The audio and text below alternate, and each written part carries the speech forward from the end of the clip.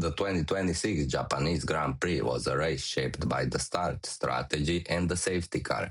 Kimi came through to take the win and becomes the youngest championship leader ever, while behind him there were some important signs about the competitive order. McLaren looked much stronger, Ferrari extracted a solid result despite its power deficit, and Red Bull's lack of pace was hard to ignore. Let's go through every team and break down what we learned from Suzuka. Mercedes. Kimi started first and finished first. Great job by Kimi. He got lucky with the safety car, but after that he never looked back. He dropped to sixth at the start, but the safety car gave him the lead, and from there he controlled the race, and we have the new championship leader, and the youngest one ever. George started second, finished fourth. He had problems yesterday, and those problems seemed to continue in the race. He also lost positions at the start and then got unlucky with the safety car. After that, he just couldn't find a way past Charles or Oscar. McLaren. Oscar started third and finished second. He took the lead at the start and did a great job keeping Russell behind him early on.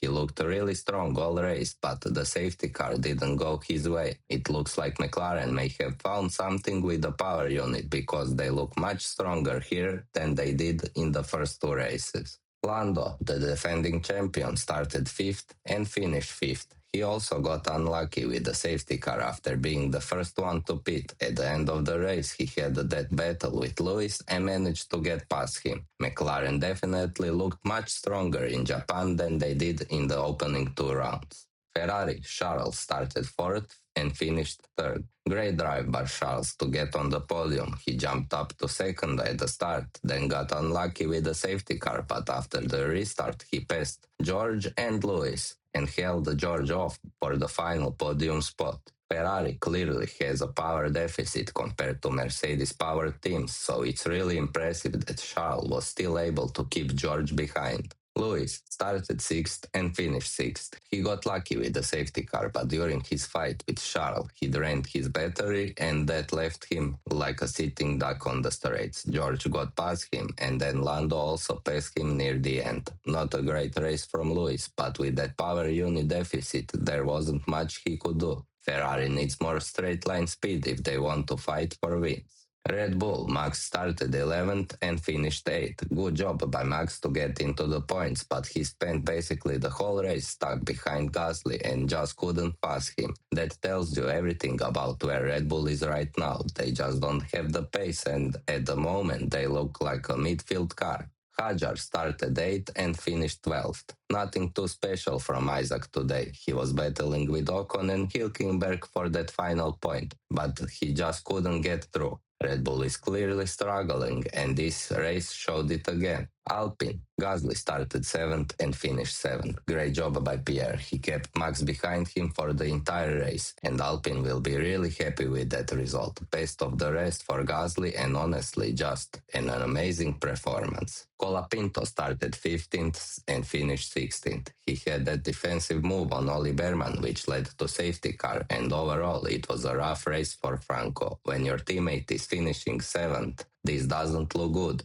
He needs to find performance fast because right now Gasly is massively outperforming him. Haas. Ocon started 12th and finished 10th. He got a point, so good job by Esteban. He did well to hold on to the P10 ahead of Hülkenberg and Hajar and made the most of the opportunity. Oli Berman started 18th and retired. He had that massive 50G crash while trying to avoid Colapinto with a huge closing speed, and that brought out the safety car. Very unlucky for Oli because that was a huge incident. Audi. Nico Hülkenberg started 13th and finished 11th. He just missed out on the points, but it was still a solid drive. He was fighting with Hajar and came out on top, so good job by Nico, even if it's a shame he left Japan without points. Bortoleto started 9th, finished 13th. Nothing too special today. Audi is right in that midfield battle, but they didn't have enough pace to score points in this one. Racing Bulls. Arvid Lindblad started 10th and finished 14th.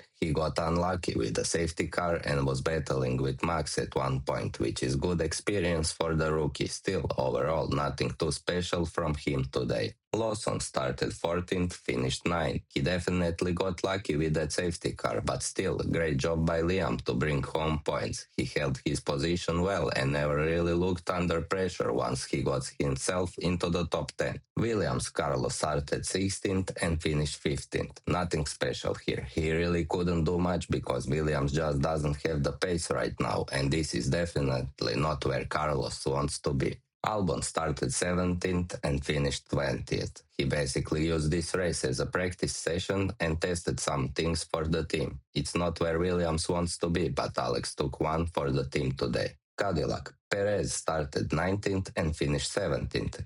Cadillac is clearly off the pace and sitting at the back of the grid. As the newest team, that's not really a surprise, so this was probably the best result Perez could get today. Bottas started 20th and finished 19th.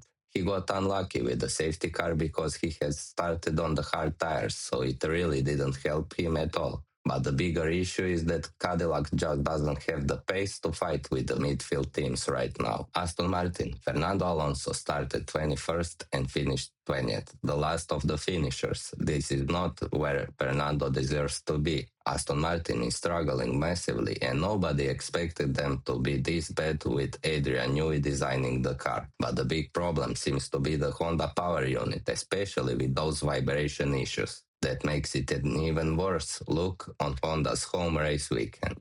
Lance Stroll started 22nd and retired. Aston Martin is struggling just to finish races right now, and this is starting to look really bad for them. At this point, even Cadillac looks faster, and Aston are firmly at the back.